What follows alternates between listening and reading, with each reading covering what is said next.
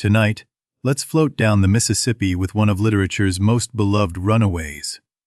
No tests here, just a story for drifting off to sleep. This is Mark Twain's Adventures of Huckleberry Finn. If you fall asleep halfway through, that's perfectly fine.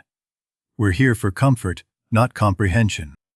At its heart, this is a story about a boy who discovers his own conscience. He learns that doing right sometimes means breaking all the rules. Picture the Mississippi River around 1840. It's America's great highway, rolling brown and wide through the heart of the young nation. Endless, alive. Here's the question at the center of everything. What do you do when your heart says one thing, and your whole society says another?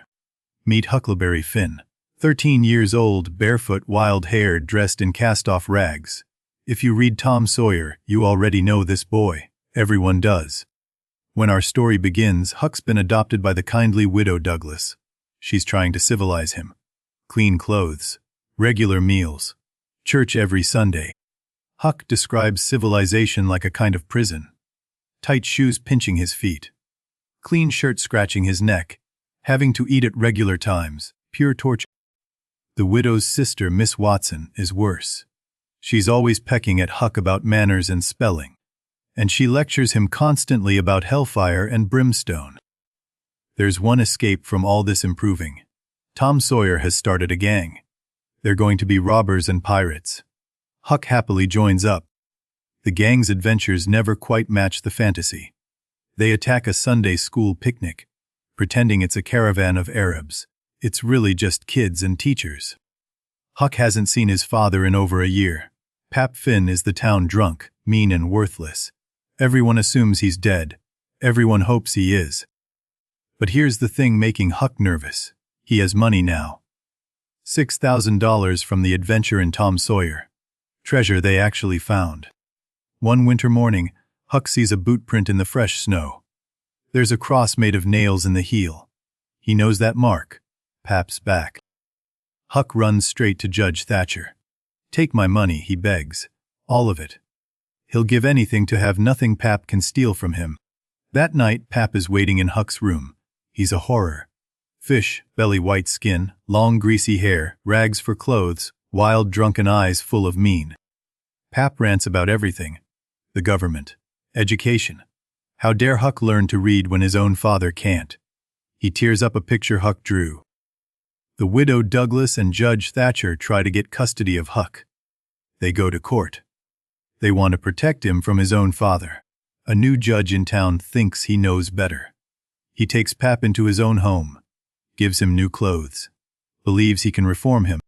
That very night, Pap sneaks out, gets roaring drunk, falls off the porch and breaks his arm. So much for reform. The new judge learns his lesson. Pap kidnaps Huck, drags him across the river to a broken, down cabin in the Illinois woods, locks him in. Huck is a prisoner now. Life in the cabin has its good parts. No books or teachers. Fishing all day. But Pap keeps the door locked, and the beatings come regularly. Sometimes Pap locks Huck in and disappears for days. Sometimes he comes back drunk and raging, beating Huck with whatever's handy. It gets worse and worse. One night Pap goes into delirium tremens. The horrors. He sees devils chasing him. Tries to kill Huck with a knife, not knowing who he is. Huck knows he has to escape or die. Not someday. Soon. He starts watching for any chance, planning in his head, staying alert while pretending to sleep. The plan takes shape. He'll fake his own murder. Make everyone think he's dead. Huck Finn will cease to exist. Then he'll be truly free. When Pap leaves for town, Huck works fast, finds a wild pig, kills it with an axe. The blood will be important for what comes next. He smears pig blood everywhere, hacks at the door with the axe, pulls out some of his own hair. Anyone finding this will see only murder. Hidden in the river bushes, there's a canoe he found days ago. His getaway. He loads it with supplies, pushes off into the current. Goodbye, old life. He paddles toward Jackson's Island, 3 miles downriver. Wild and uninhabited. A perfect place to hide and figure out what comes next. The real adventure begins. Jackson's Island feels like the whole world. 3 miles of forest and beach, completely wild, completely his. Huck makes camp in a hidden clearing near the shore. Days pass in simple freedom. He fishes in the river, eats when he's hungry, sleeps when he's tired, no one telling him what to do. From his hiding spot, Huck watches boats searching the river. They're looking for his body. Cannons boom to raise the drowned. His own funeral is happening. Exploring deeper into the island, Huck stumbles across something that stops his heart. Fresh campfire ashes, still warm. Someone else is hiding here with him. Huck's first instinct is to run, but curiosity wins. He follows subtle signs through the underbrush. Broken twigs, footprints in mud.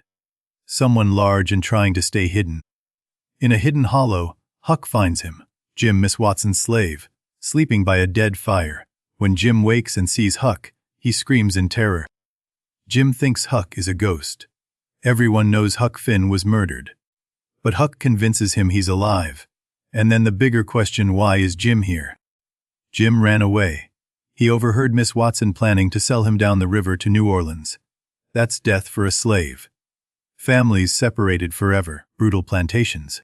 Huck makes a promise that changes everything. He won't tell anyone about Jim. It feels dangerous, illegal, maybe even sinful. But he gives his word anyway. They set up camp together in a cave Jim found. High ground in case of flooding. Room for fire without being spotted. 2 runaways making a home. Jim knows things Huck never learned. How to read weather in the clouds. Which plants heal and which harm. The river's moods and secrets. Huck starts listening differently.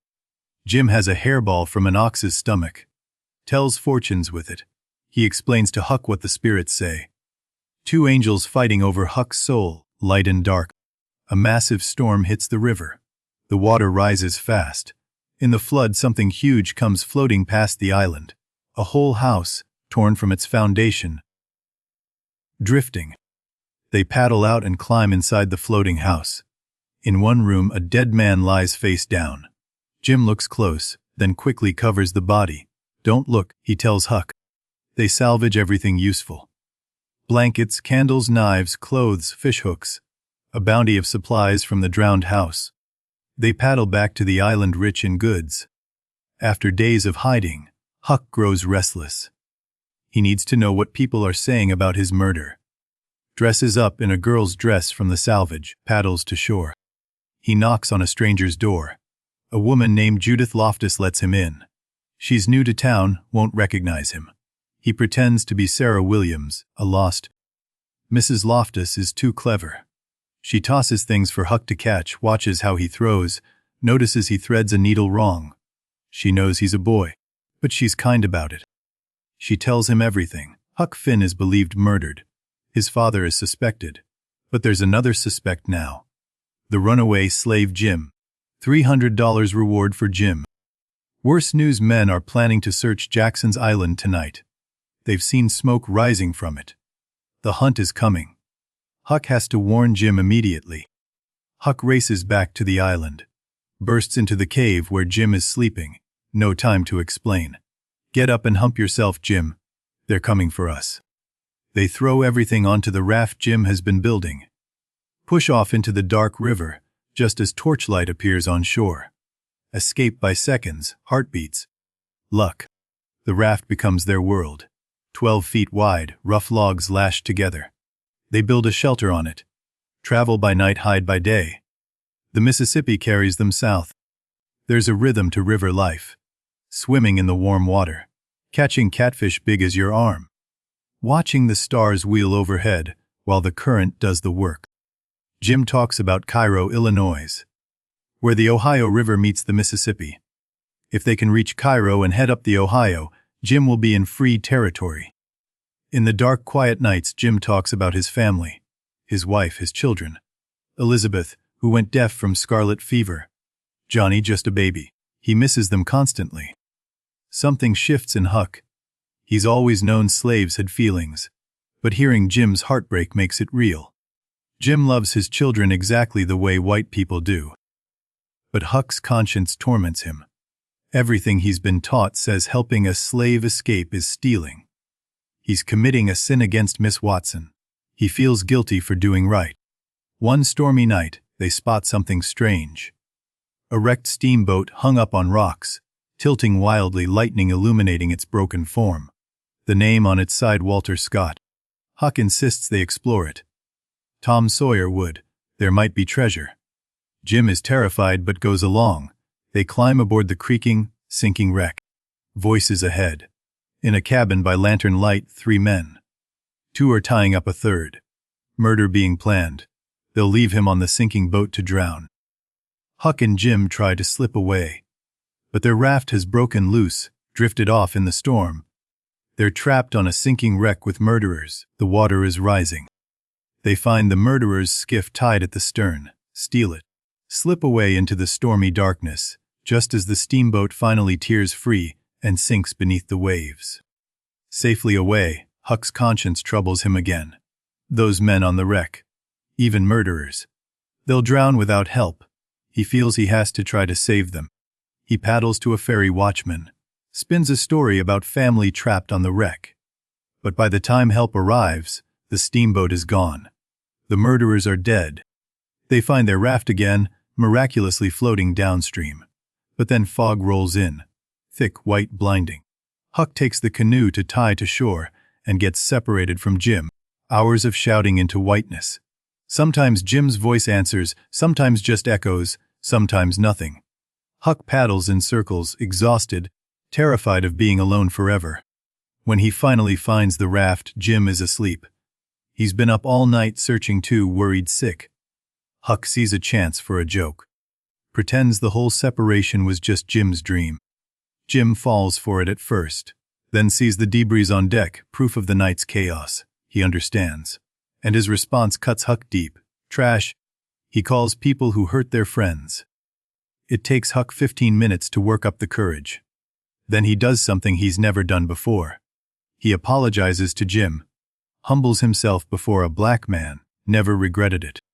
Cairo must be close now. Any night they'll see the lights of the Free State. Jim can barely contain his excitement. Freedom, his family, a new life waiting just ahead. But Huck can't sleep. His conscience screams at him. He's stealing. Miss Watson never did anything to him, and he's helping her property escape. He feels lower than a snake. He makes up his mind. He'll turn Jim in. It's the right thing to do. God is watching. He takes the canoe and paddles toward shore, toward duty, toward betrayal. 2 men in a skiff approach him. Slave hunters, looking for runaways. They ask, is that a white man or a black man on that raft? And Huck lies. He tells them it's his sick father. Smallpox, the hunters back away fast. Huck returns to the raft. He couldn't do it. He'll go to hell then. So be it. They miss Cairo in the dark, float right past without knowing. Then disaster strikes. A steamboat comes churning through the night and crashes straight through their raft. Huck goes under. The churning paddle wheel passes overhead. He surfaces gasping, calls for Jim, hears nothing but the retreating engine. They're separated again, maybe forever this time. He swims for the Kentucky shore. Drags himself onto the muddy bank, exhausted. Dogs start barking in the distance. Someone's coming. Huck is about to enter a whole new world. The dogs belong to the Grangerfords. They take him in, this drowned rat of a boy. Give him dry clothes, hot food, a warm bed. Southern hospitality at its finest. The Grangerfords are rich, proud, and deadly. Every man and boy in the family carries guns everywhere. Even to church. Especially to church. They have enemies across the river. They accept Huck's lies about who he is without question. A guest is a guest. They give him a room, new clothes, treat him like family. He's never known such comfort. Buck Grangerford is about Huck's age. They become instant friends. Buck shows him around, shares secrets, acts like a normal boy, except for the gun he always carries. The big house has everything. Fine furniture, books, family portraits going back generations. But the walls also hold rifles, ready to grab, beauty and violence living side by side. Across the river live the Shepherdsons. The feud between the families has been going on for 30 years. Nobody remembers exactly why it started. But they keep killing each other anyway. There was a daughter, Emmeline, died young. She wrote morbid poetry about death, drew pictures of grieving women in black. Huck finds her room preserved exactly as she left it. Sunday comes. Both families go to church. The Grangerfords and Shepherdsons sit in the same building, all carrying weapons, listening to a sermon about brotherly love.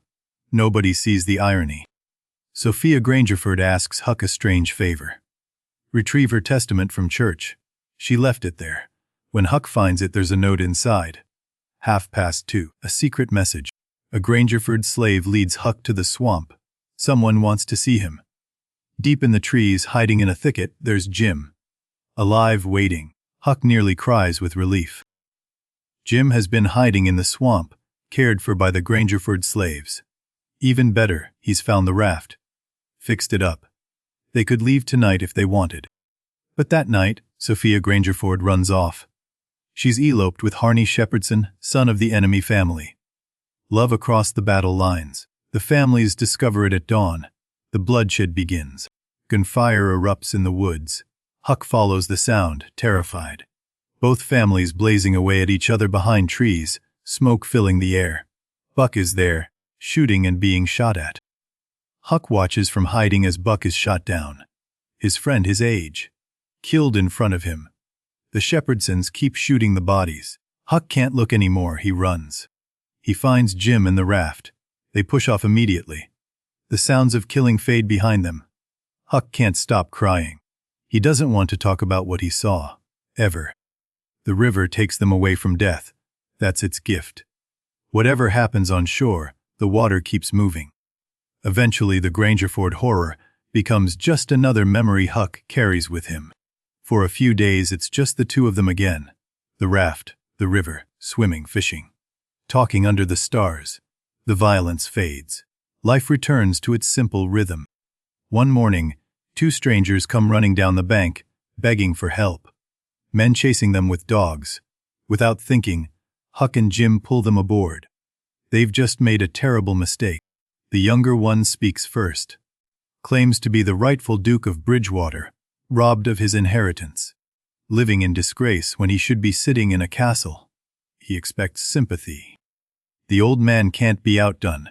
He's the lost dauphin of France, he declares. The true heir of Louis XVI. 70 years old and living on a raft instead of ruling Europe. Huck sees through both of them immediately. These are just common con men, liars and cheats. But he's learned that living with people is easier if you let them have their lies. The Duke and King take over the raft. They get the best spots, eat the most food. Huck and Jim become their servants. But it's better than fighting them. First stop, a camp meeting revival. The king wades into the crowd, fake converts to Christianity, weeping and testifying about his wicked past as a pirate. Pure theater, the crowd loves it. He collects money for his mission to convert other pirates. $87.75 from decent people who believe his lies. He laughs about it back on the raft. The Duke has his own scheme. Works a printing office in a small town. Prints up temperance leaflets, then sells them to the temperance people. Makes money from their own cause. Every river town becomes a target. Small communities full of trusting people. The Duke and King size up each place, figure out what con will work, and work it without mercy. Their biggest scheme, yet a theatrical performance. The Duke paints a sign, Shakespeare, he calls it. The Royal Nonsuch, admission 50 cents. But the small print tells the real story. That line is brilliant. Ladies and children not admitted. It makes every man in town desperate to see what's so scandalous. They pack the courthouse that night. Standing room only. The curtain rises. The king comes out painted in stripes and wild colors. He capers and prances for maybe 2 minutes. Then he's done. That's the whole show. 90 seconds of nothing. The crowd wants to riot. But one man stands up, says, "Hold on, if we admit we were fooled, we're laughingstocks. Let's tell everyone it was great, let them get swindled too." It works. The second night brings an even bigger crowd. All sent by yesterday's victims. The third night everyone comes, including the first crowd, carrying rotten eggs and dead cats for revenge. But the Duke and King are already gone. slipped out the back, ran for the raft. By the time the crowd realizes, they're floating away downstream, pockets full of stolen money. They count $465 on the raft that night. 3 nights of fraud. The Duke and King are jubilant. Huck feels sick watching them celebrate cheating honest people. Huck lies awake that night thinking about human nature. How easily people cheat each other. How greed brings out the worst. It makes him ashamed of the whole human race. But Jim is different. On quiet nights, Jim talks about his daughter Elizabeth. She had scarlet fever when she was 4. It left her deaf. Jim didn't know at first. One day he told Elizabeth to shut the door. She didn't move. He slapped her, hard, and still she just stood there. Then he realized she couldn't hear him, never would again. Jim cries telling the story. He loved that girl more than anything, and he hit her for not hearing. That's when Huck truly understands. Jim's heart is bigger than any white man's he's known. Days later, news reaches the raft. A man named Peter Wilkes has died in a town ahead. Left money to brothers coming from England. Brothers nobody in town has ever met. The con men pump their informant for details. What did the brothers look like? What were their names? Harvey and William, one a preacher, one deaf and mute. Perfect marks, perfect disguises. This will be their cruelest fraud yet. Impersonate the dead man's brothers. Claim the inheritance. Rob grieving nieces of everything their uncle left them. Huck watches the plan take shape with horror. They arrive at the Wilkes town dressed in their best stolen clothes. Put on English accents. Weep over a man they never knew. The whole town welcomes the grieving brothers. They meet the Wilkes girls. Mary Jane, 19 and beautiful. Susan, 15. Joanna, 14 with a harelip. They've just lost their uncle who raised them. Now they're being robbed of comfort. Mary Jane is everything good. Trusting, kind, generous with her grief. She believes completely that these are her uncles come to help. Her goodness makes Huck's chest hurt. The will is read. $6,000 in gold. Property slaves. Everything goes to the brothers to manage. The king can barely hide his glee. He's hit the mother lode. To seem generous, they give the gold to the girls. Just for show. They'll take it back soon enough. But first they decide to sell everything else, including the family's slaves. They sell the slaves the next day, split up families. Mother to one buyer, children to another. Going to different parts of the South, never to see each other again. The Wilkes girls cry too. They never wanted this. Mary Jane begs to keep the family together. But the sale is legal. The frauds made it happen. Huck can't take much more. Huck makes his decision in the dark of night. He's going to steal the gold back from the frauds. Give it to the Wilkes girls. Fix what he can fix. He slips through the sleeping house. Finds the king's room. The bag of gold is hidden in a secret place, but Huck has watched. He knows where they put it. He grabs the bag. Starts back. Then footsteps. Someone's coming, no time to reach his room. He ducks into the only open door. The parlor, where the coffin sits. The footsteps come closer. Stop outside the parlor. Huck does the only thing he can think of. Lifts the coffin lid. Shoves the money bag inside, with Peter Wilkes under his hands. The funeral happens the next day. Peter Wilkes is buried, and with him $6,000 in gold. Huck watches the coffin lowered into the earth. Knowing what's inside, he can't tell anyone. He can't leave things like this. The girls will lose everything to these frauds. That night, Huck finds Mary Jane alone, and tells her everything, the whole truth, all of it. Mary Jane doesn't cry. She gets angry, really angry. The kindest girl he's ever met turns fierce when she learns how her family has been betrayed. She wants to expose them now. Huck talks her down. He has a plan. She needs to leave town for a few hours, visit friends. By the time she returns, the frauds will be exposed and he'll be safely away. And then something unexpected happens. The real Harvey and William Wilkes arrive. The actual brothers from England.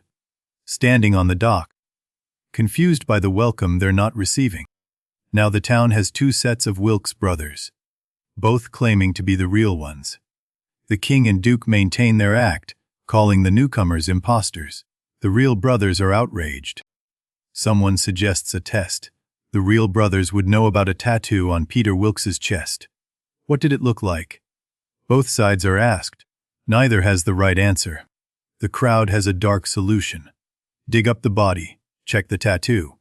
4 sets of men with shovels march to the graveyard. And Huck knows what else they're going to find. The grave is opened. The coffin lifted out. Lightning begins to flash across the sky. And when they pry off the lid, they find more than they expected. Gold gleams in the torchlight. Chaos.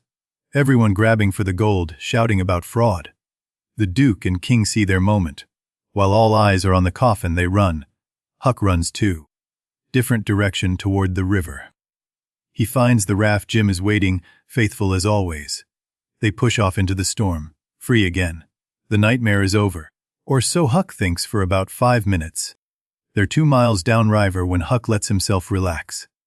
Laughs out loud. They're free of the frauds forever. He tells Jim it's over. Then he hears a familiar voice calling from the darkness. The Duke and King have followed them. They row up to the raft, soaking wet and furious. Climb aboard like they own it.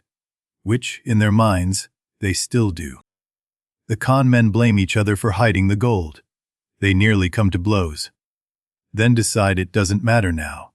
They still have the raft, the river, and their next victims somewhere ahead. Days pass.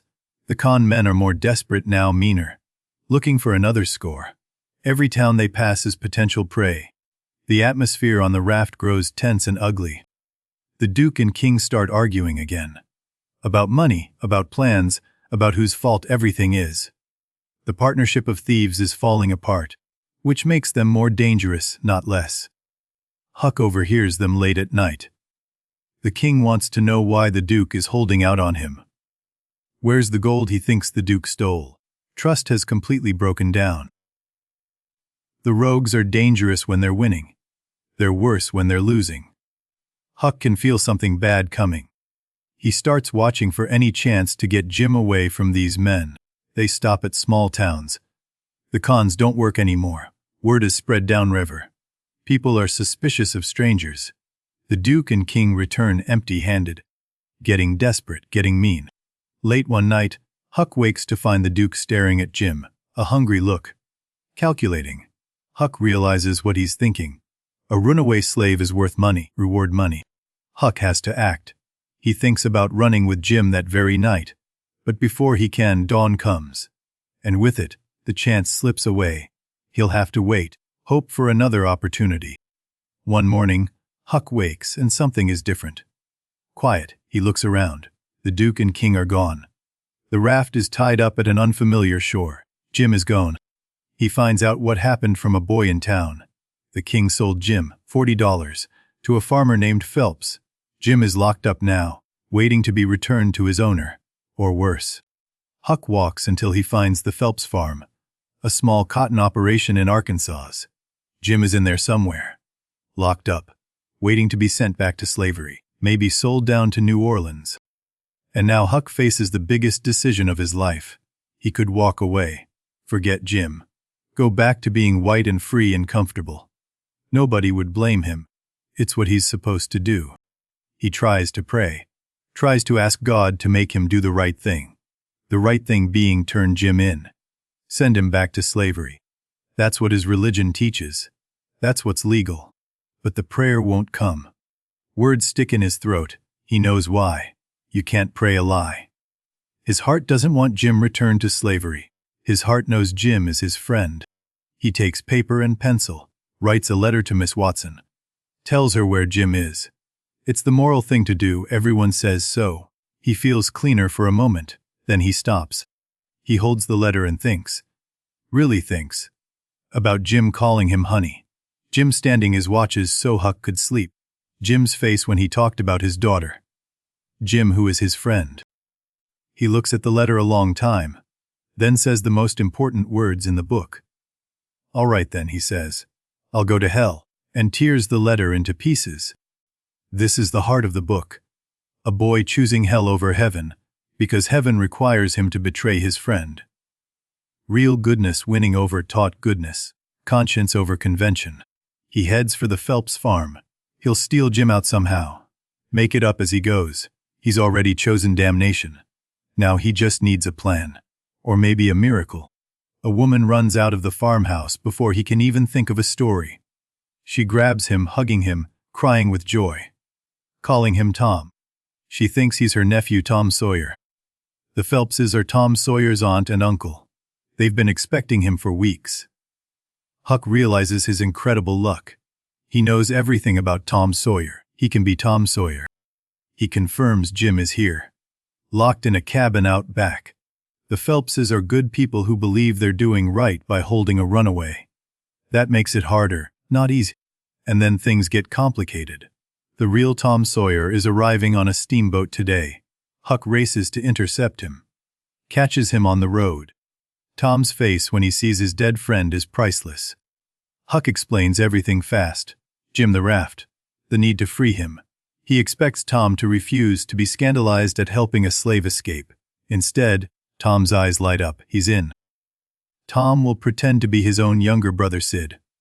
Nobody here knows Sid. Between Tom pretending to be Sid and Huck pretending to be Tom, they can free Jim right under everyone's nose. Huck has a simple plan. Steal the key. Open the cabin. Run with Jim to the river. Be gone before anyone knows. Straightforward, practical. Tom Sawyer is horrified. That's not how you do a prison break. Tom insists they do it properly. Like in the books. The Count of Monte Cristo, Baron Trenck. Escape must be difficult, dangerous, and above all romantic. Otherwise, what's the point? Jim is in a simple log cabin. The door has a padlock, but the window has no bars. A child could escape, but that's too easy for Tom. They'll have to make it harder. Tom's plan takes shape. They'll dig Jim out, with case knives. Not shovels, that's too easy. Real prisoners use case knives. It might take weeks, but it'll be proper. The bed leg holding Jim's chain could be lifted off. Instead, they saw through it. Jim is bewildered.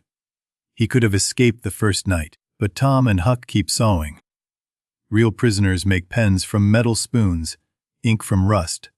They write on tin plates, so Jim must too. Every unnecessary hardship adds to the romance. Real prisoners have rats and spiders in their cells. Jim's cabin is too clean. So Tom and Huck catch bugs and rodents.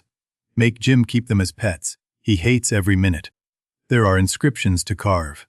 Mournful messages from prisoners past. On rocks too heavy to move. The coat of arms must be designed. Sewing and carving go on for weeks. Jim endures it all. He trusts the boys. He doesn't understand why freedom has to be so complicated, but he believes they know what they're doing. His patience is endless. His suffering is real. The final touch. Anonymous letters warning the family about the coming escape. Real prison breaks have those. So Tom writes them. Delivers them in the night.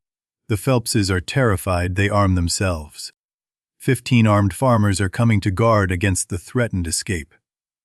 What was supposed to be a secret getaway has become a siege. Tom is delighted. This is exactly the danger he wanted. Tonight is the night. The boys crawl through the hole they've dug. Get Jim. Head for the fence, and behind them shouts. Someone spotted them. Gunfire erupts. They run for their lives. They make it to the fence, over and into the woods, toward the river. But Tom isn't running right. He stumbles. When they stop to check, blood is soaking through his pants. He's been shot. They half carry Tom to the raft hidden in the willows. He's proud of his wound, calls it a badge of honor. But he's bleeding badly. They push off into the dark current. Tom wants to keep running. Float all the way down to the Gulf, he says, have real adventures. But Jim refuses. The boy needs a doctor. Jim won't let him die for freedom. Think about this moment. Jim is finally free. He could float away forever. Instead, he risks everything for the nephew of the people who imprisoned him. That's who Jim is.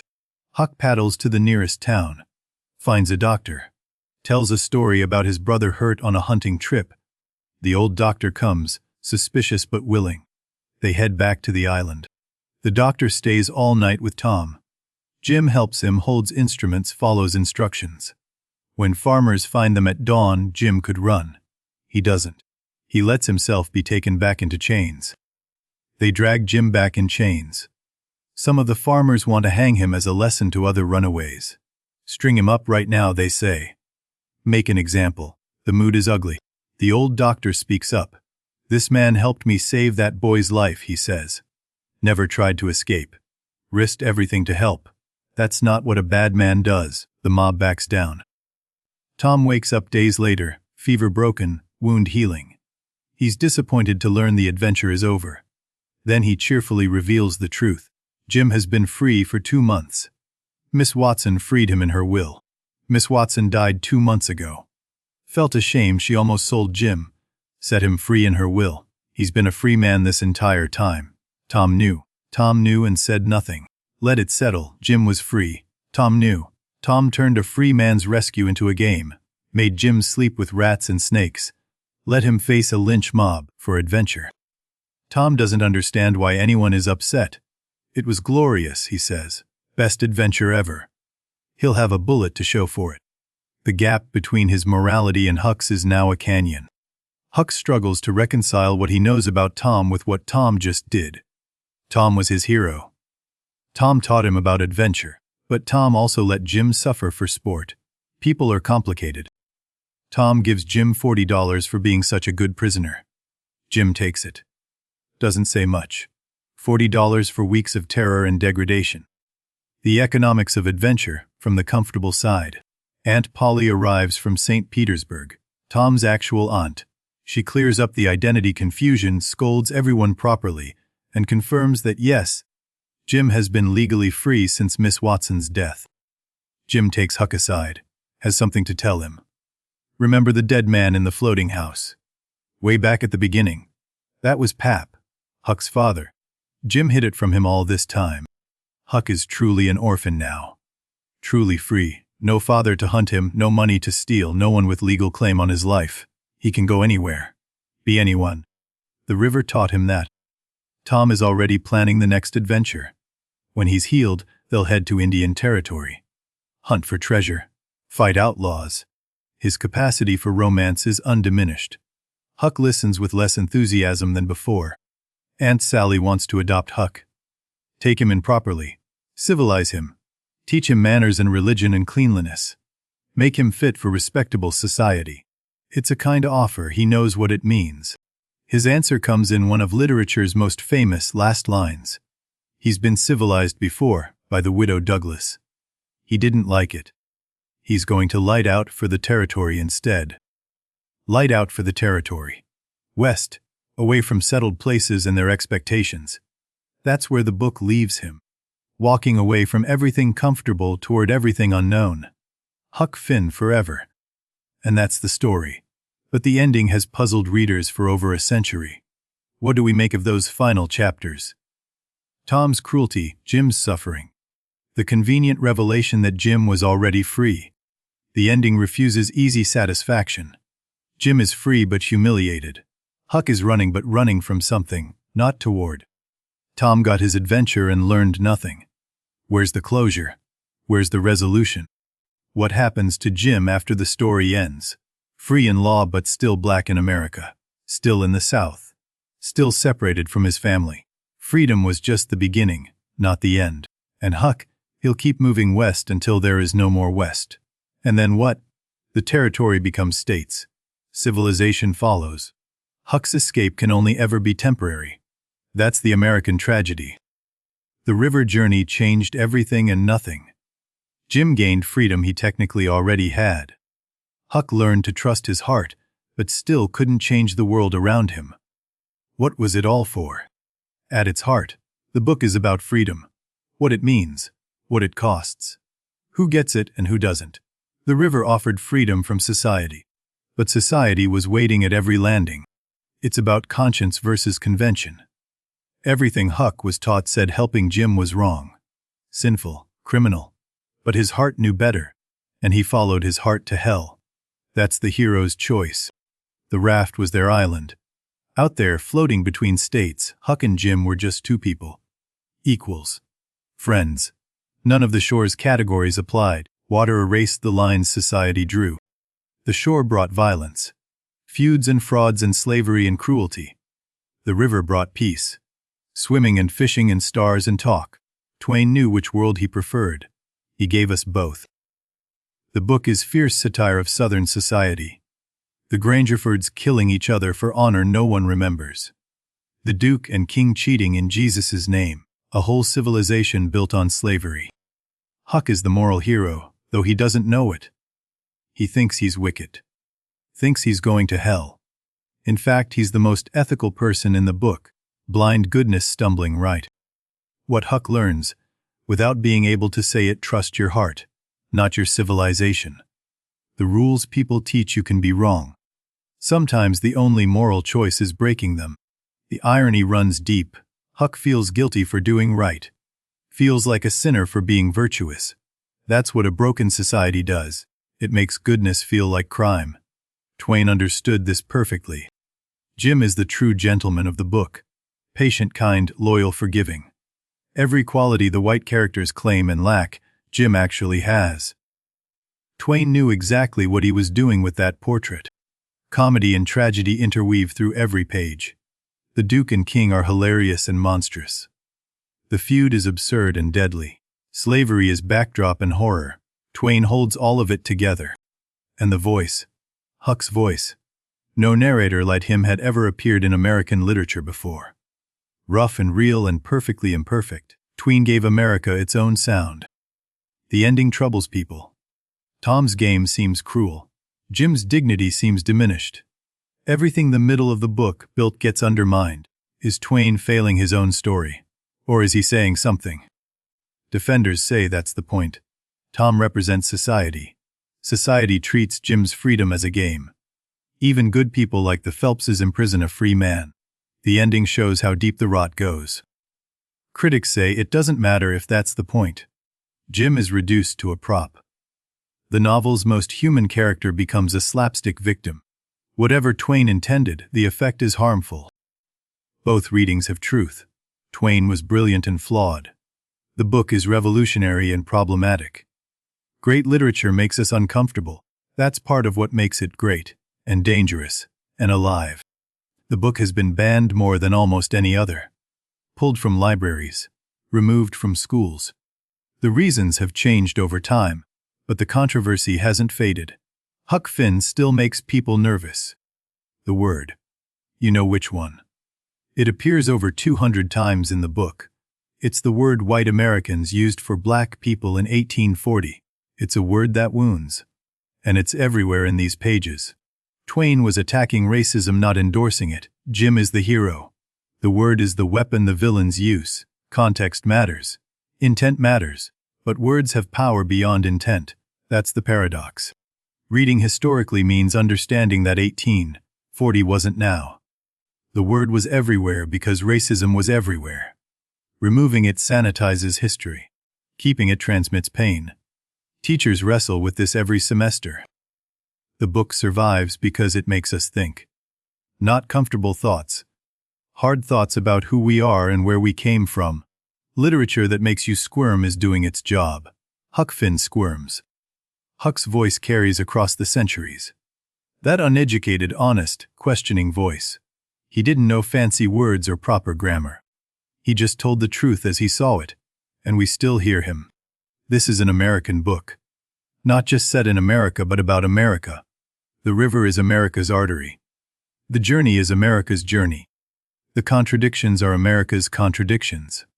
We're still living them. The river was the great highway before railroads. It connected north and south, free and slave. Everything flowed on those muddy waters. Goods and people and ideas and crimes. Twain knew that river in his bones. Innocence and experience. Another American theme. Huck starts innocent. The journey gives him experience. But he doesn't become cynical, he becomes wise. That's the best American story, growing up without giving up. Individual conscience versus social law. When the two conflict, which wins? Huck chose conscience. America has been arguing about that choice ever since. Civil disobedience, conscientious objection. When is breaking the law moral? The novel's influence on American literature is almost impossible to measure. Every book, written in American voice, after this one owes it something. Twain opened a door that could never be closed. Hemingway made a famous claim.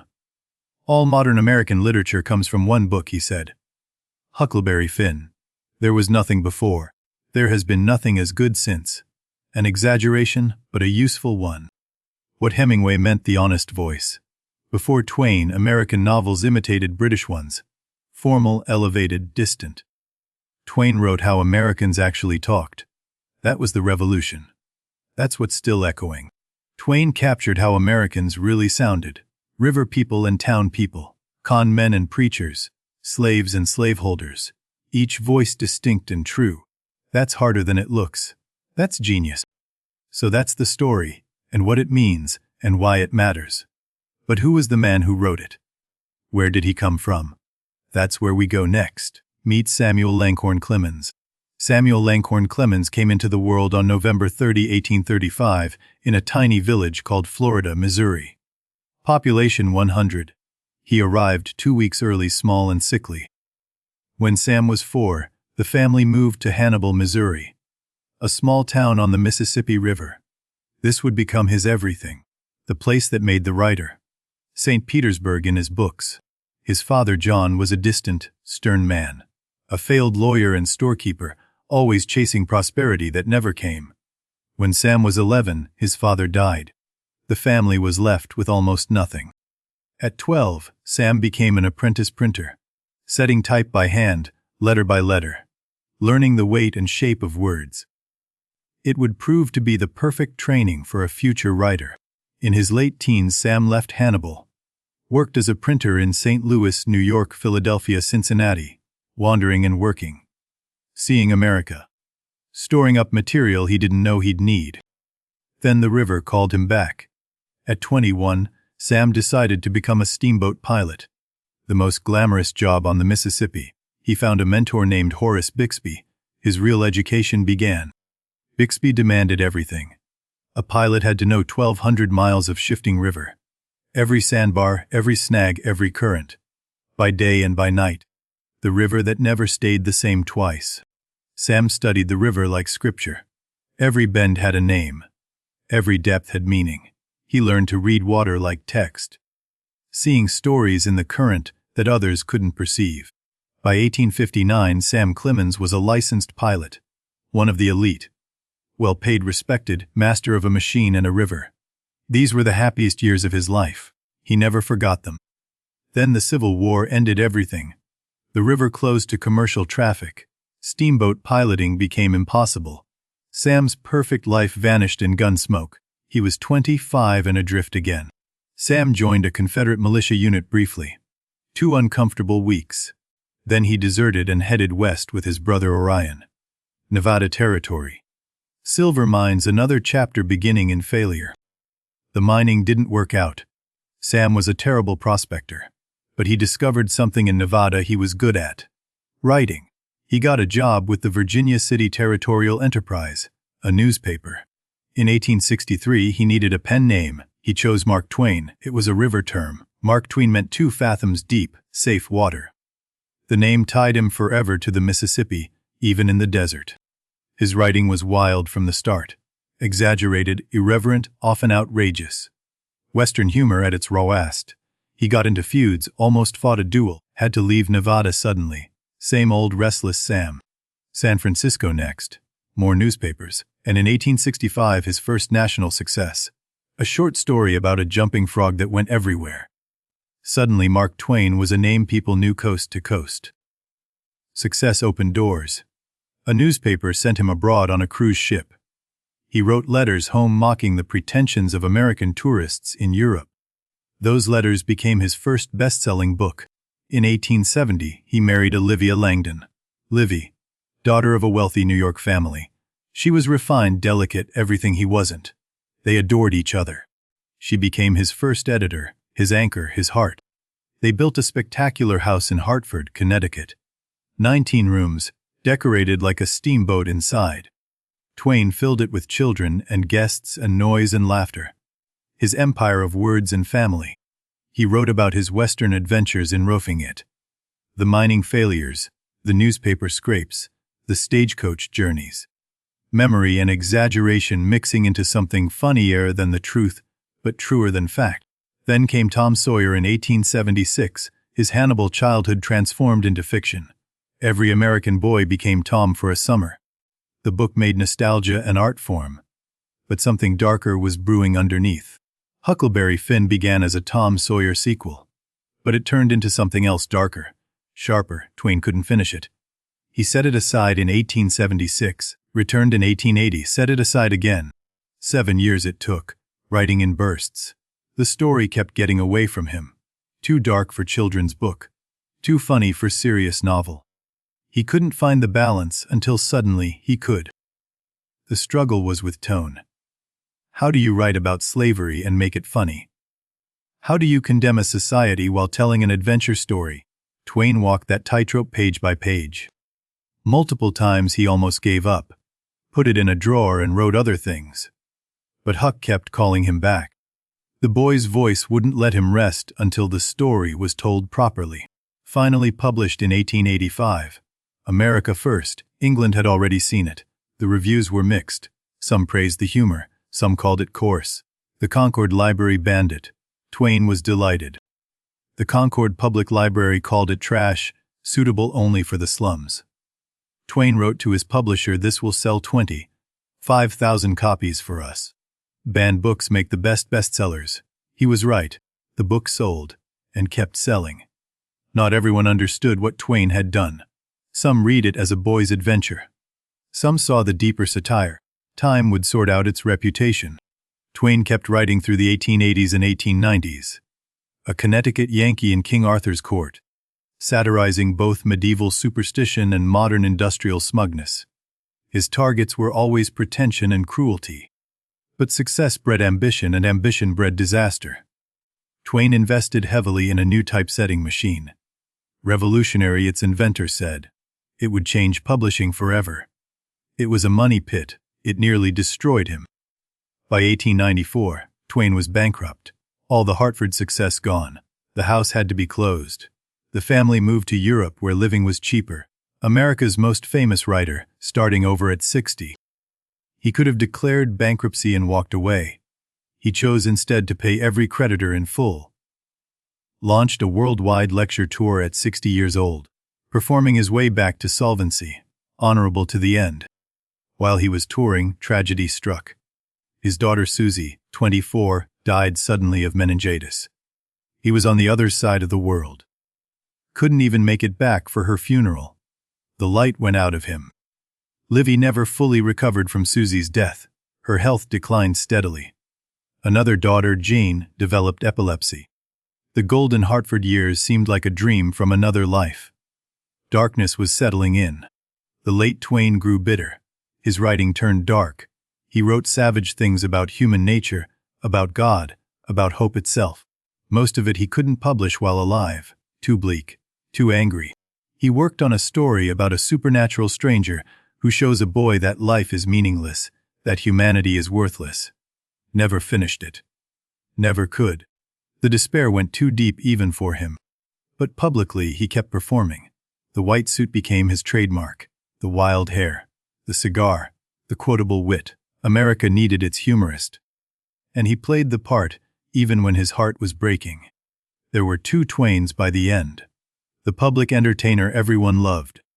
The private philosopher who had stopped believing in much of anything except the cruelty of fate. Both were real. Both were him.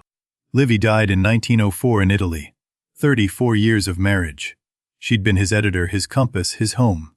Without her, he said, he was a ship without a rudder. The metaphor came naturally to the pilot.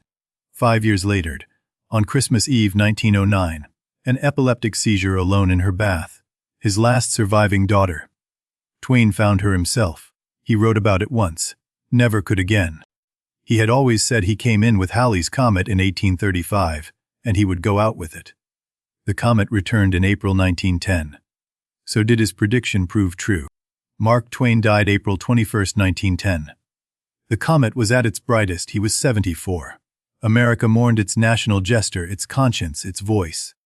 The boy from Hannibal had become a legend. His literary legacy began its long transformation immediately. No longer just a humorist. Critics started recognizing the depths, the satire, the social criticism, the tragedy beneath the comedy. Twain was being rediscovered. America claimed him as its own. The Mississippi boy became a national treasure. Schools taught him. Libraries honored him. His face became as familiar as any president's. The quintessential American writer. His quotes spread everywhere. On calendars, on posters, in graduation speeches. Some things he actually said. Some things he didn't. Everyone wanted Twain on their side. His wit was too useful not to borrow. But the real Twain was more complicated than the legend.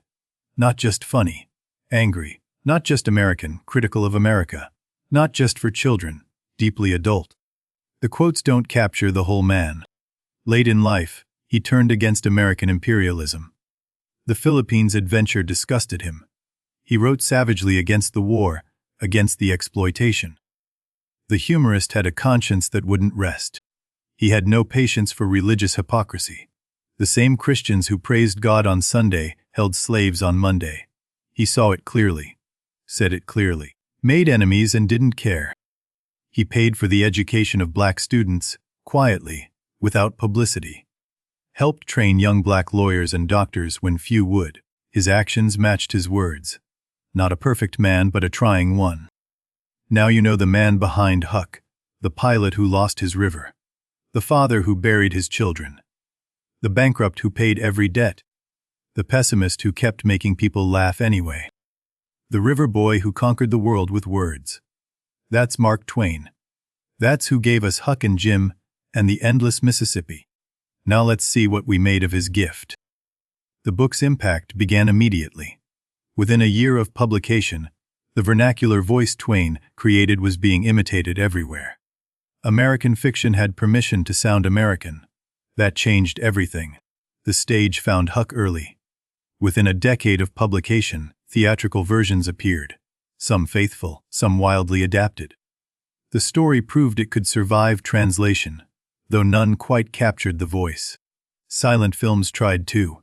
Flickering images of boys and rafts, no voice to carry Huck's words. The irony was obvious. A book famous for its voice, rendered silent, something essential was always missing. Hollywood kept trying through the decades. Different actors played Huck, each bringing something, none quite definitive. The challenge remained: how do you film a voice? How do you photograph an attitude? Broadway made its attempt in 1985. Big River brought Huck to the musical stage. Country and bluegrass music carrying the story. It won 7 Tony Awards. The River finally sang. Every adaptation struggles with the same problem. Huck's voice is the book.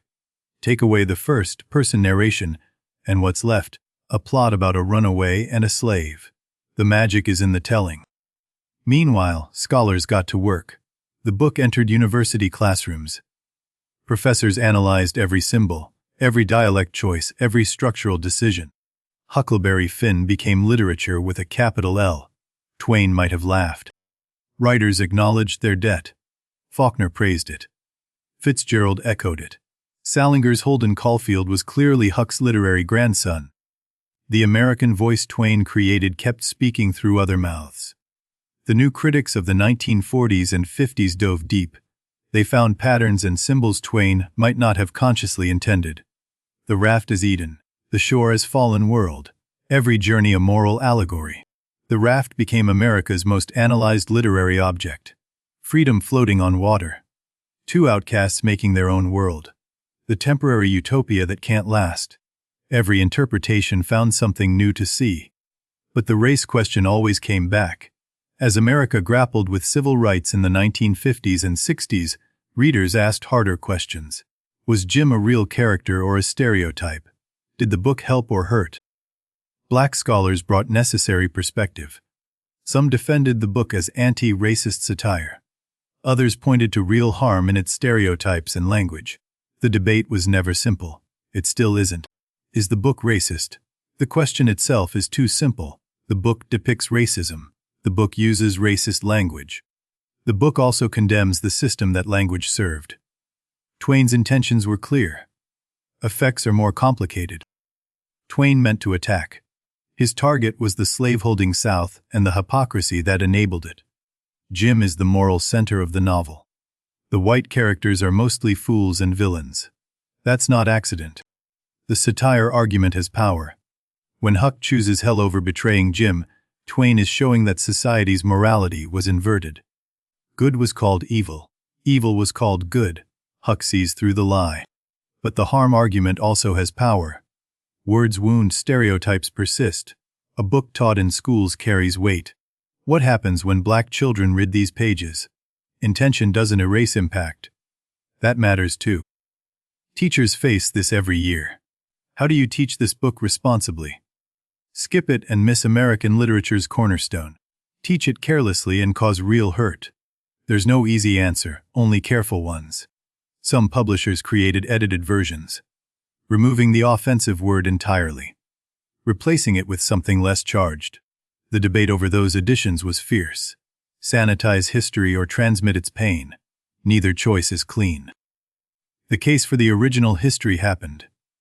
Erasing the language erases the reality. Students need to understand how deep the poison went. Comfortable lies serve no one. Truth teaches even when it hurts. The case for care words aren't neutral. Context doesn't remove sting. For some readers, especially young ones, harm comes before understanding. Protection has value too. Wisdom knows when to shield. No resolution exists. That's the point. The book won't let us rest. It keeps asking questions we haven't answered yet. About race, about conscience, about America itself. Uncomfortable books do necessary work. Maybe that's why it survives. Books that comfort us get forgotten. Books that trouble us get taught. Huckleberry Finn refuses to be a comfortable read. It makes demands. That's what great literature does. Every generation finds it differently. What shocked in 1885 teaches in 2025. What seemed obviously satirical now needs explanation. The book stays the same. We change around it, meaning shifts with context. Modern readers bring new questions Twain never imagined. How does the book speak to environmental crisis? The river he knew is dammed and polluted now. What does Huck's freedom mean when the wilderness is gone? Some readers find queerness in Huck's outsider status, his rejection of conventional masculinity, his deep bond with another outcast. The text doesn't say this explicitly, but it allows the reading. Great books contain multitudes. Class analysis finds rich material too. Pap's bitter resentment of anyone doing better. The Duke and King preying on the vulnerable. The Grangerfords' wealth built on violence. Economics shapes every page. Gender critics note what's missing. Women in the book are mostly types. The kind widow, the cruel spinster, the pure girl. Huck's world is relentlessly male. The raft holds no place for sisters. Huck's girl disguise is brief but telling. He's bad at it. The woman sees through him immediately. Gender performance exposed as performance. Even here, Twain noticed things others missed. Each reading adds to the book without replacing others. That's the mark of inexhaustible text. Environmental, queer, class, gender, race. All find something true. None captures everything. The book keeps exceeding its critics. The novel works as mirror. American readers see themselves reflected, for better and worse. Our ideals about freedom. Our failures about equality. Our endless argument with ourselves. Twain showed us who we were. Who we are. The book crossed oceans, translated into dozens of languages. Readers in Germany, Japan, Russia found something universal in this American story. Freedom is a word everyone understands. Friendship needs no translation. Why does it travel? Because everyone knows what it means to be told who you are and feel that they're wrong. Everyone knows the pull between belonging and freedom. Huck's dilemma is the human dilemma. Children read it as adventure. They see the raft, the river, the escape from boring adults. That's a real reading, valid and true.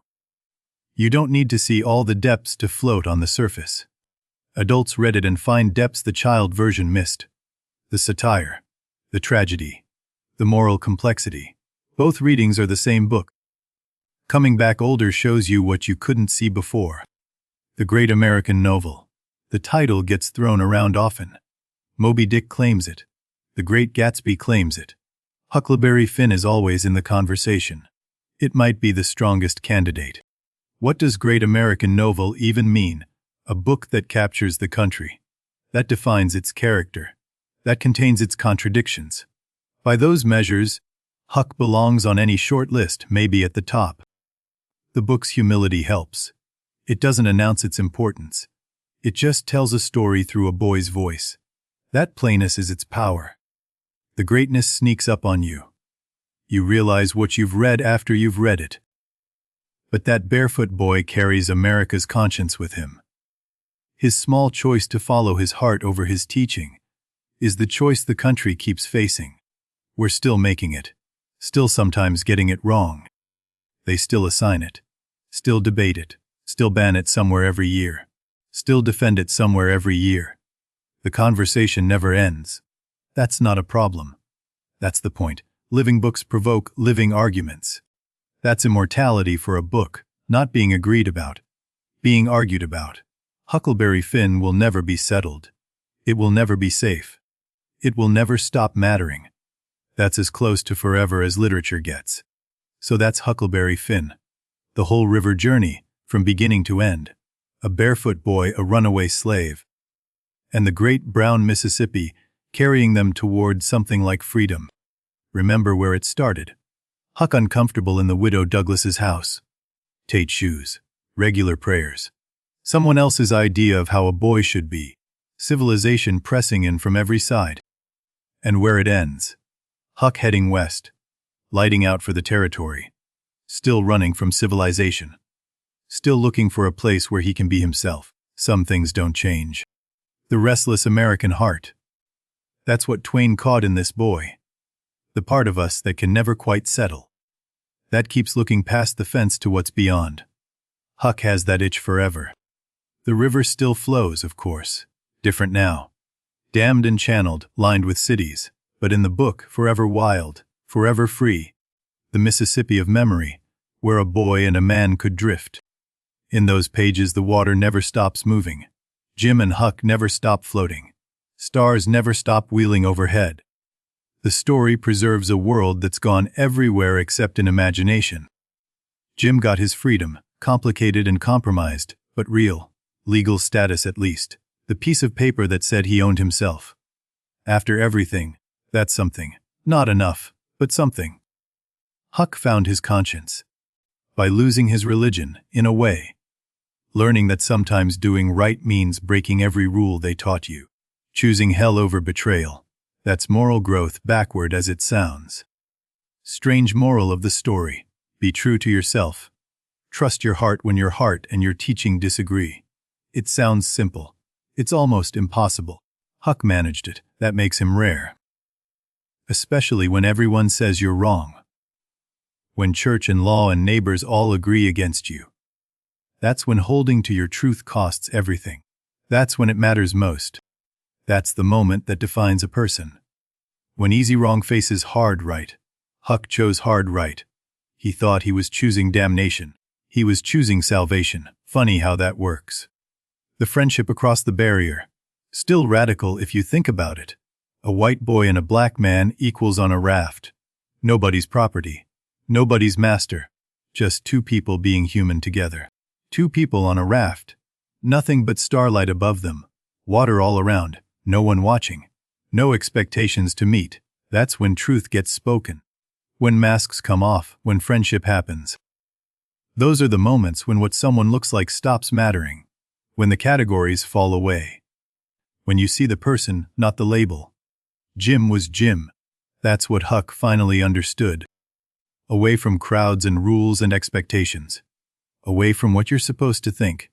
That's where real thinking happens. In the quiet. On the water. In the middle of the night. Just human beings being human together. No more complicated than that. No simpler either. The raft made a space where it could happen. The river carried them through it. You might find such moments in your own life. On a late drive when the world goes quiet. On a walk when nobody needs anything from you. At 3 in the morning when the masks come off. Those conversations at unusual hours. When defenses lower. When what you really think comes out. The raft moments. They still exist. Cherish them when they come. They don't last. They matter. The raft moments. That's what I'll call them now. The times when the river carries you and you can just be. However rare, however brief. They're what makes everything else bearable. For now, the night deepens around you. Wherever you are, whatever time it actually is. Let's pretend it's late. Let's pretend the day is done. The story has been told. Like river mist rising from warm water. Like fog on the Mississippi at dawn. Something soft gathering, edges going gentle. The sharp world blurring into something quieter. The current carries gently southward, always moving, never rushing. The raft doesn't fight the water. It goes where it's taken. There's wisdom in that. Letting the current do the work. Stars wheel overhead in their ancient patterns. Same stars Huck saw. Same stars Twain saw. Same stars shining now on wherever you are. Some things connect us across all the years. Huck and Jim somewhere on that water, still drifting. In the pages. In the imagination. Whenever you want them there, they're there. Stories don't end. They just pause until someone opens the book again. In those pages, in the imagination, always. The raft floating forever. The friendship unbroken. The journey without a rival. Maybe that's better than any ending. The drift that never needs to stop. Your breathing slows now, naturally. Not because I'm telling you to. Because the story has done its work. Because it's late and the words have been gentle. Because that's what happens. The story's settling into memory now. Like sediment drifting down to the riverbed. Some of it will stay. The parts that matter to you. The images. The moments. The feeling. Some of it stays with you. The parts that needed to. The image of a boy choosing his conscience. A friendship that crossed every line. A river that carries you whether you paddle or not. Let the rest drift away like morning fog. You don't need to hold it all. The book will be there when you want it. The pages don't change. The words stay put. The book will be there when you want it. On a shelf. In a library. In a memory. America's barefoot boy, waiting by his river. Ready to take another journey whenever you are. America's barefoot boy. Waiting by his river. Ready to take you floating whenever you need to go. Ready to remind you that conscience matters. That friendship matters. That freedom is worth the trouble. For now, sleep is calling. Not demanding. Just calling. Like the river calls Huck. Like the territory calls him at the end. A gentle pull toward something restful. Something needed. Something earned. Safe harbor after the long journey. The raft pulled up on quiet shore. The fire burning low. The stars keeping watch. All the night's dangers just stories now. Just things that happened to someone else. Good night from the great Mississippi. From the river that carried so many stories. From Huck and Jim, wherever they are tonight. From Twain. Looking down from whatever heaven would have a humorist. Good night now. And drift well. Let the current take you where you need to go. The story will be here when you wake. The river keeps flowing. Huck keeps running. And that's exactly as it should be.